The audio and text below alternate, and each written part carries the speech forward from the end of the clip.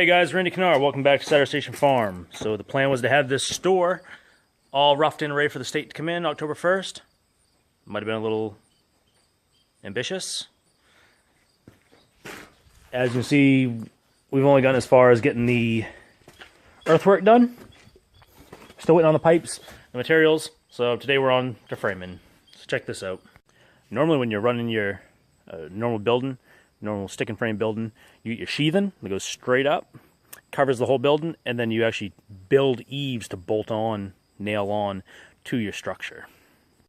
So you can see here where on the back side of the barn there was actually some eaves built, but all it really was the strapping that was used for the roofing was just extended, and then they just put this board up here to kind of tie it together and give it a little bit of rigidity.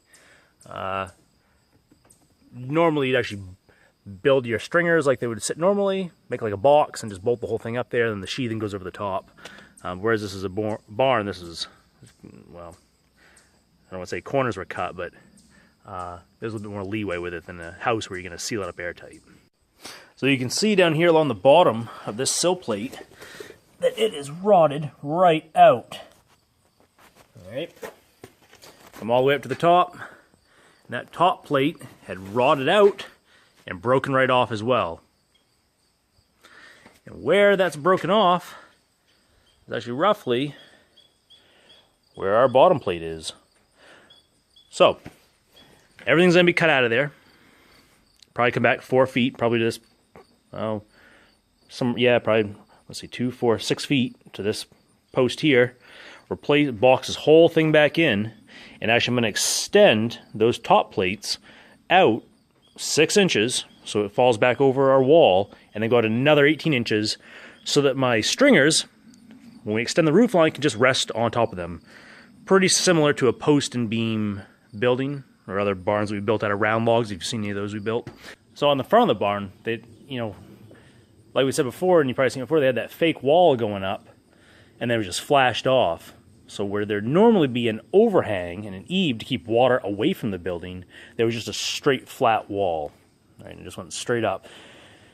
So the plan here, even though we're going to be extending those those top plates out and putting our rafters right on top of that, it's going to be a little funky compared to how it's normally done, but it'll be plenty strong enough to hold what I want. This isn't a load-bearing side of the wall. Everything's going to sit up there just fine, just the way that I want it. It might be a couple extra steps having to flash around it, maybe put something decorative over the front of it to hide the butt ends of the 2x6s, but it'll hold up just fine.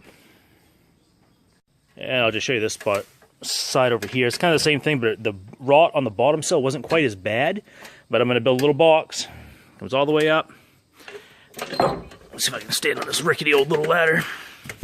As I come up, and it's just going to ride underneath. Let me get that to focus. It's going to ride right underneath this little plate. And it's going to extend out 6 inches past this stringer right here. I apologize for the light. Run out 6 inches past that stringer. And then another 18 inches past that to give me an overhang. And then this little plate will sister in. Well, actually, it'll be right here. So then this little plate will sister in. And then this plate will sister in, tie it all together. And we'll have 3 2x6 essentially for our stringer to rest on, which is going to make it kind of nice when it comes time to go all the way up to the peak there. And we can we'll do the same thing. We have this little knee wall we'll bring out and do the exact same thing.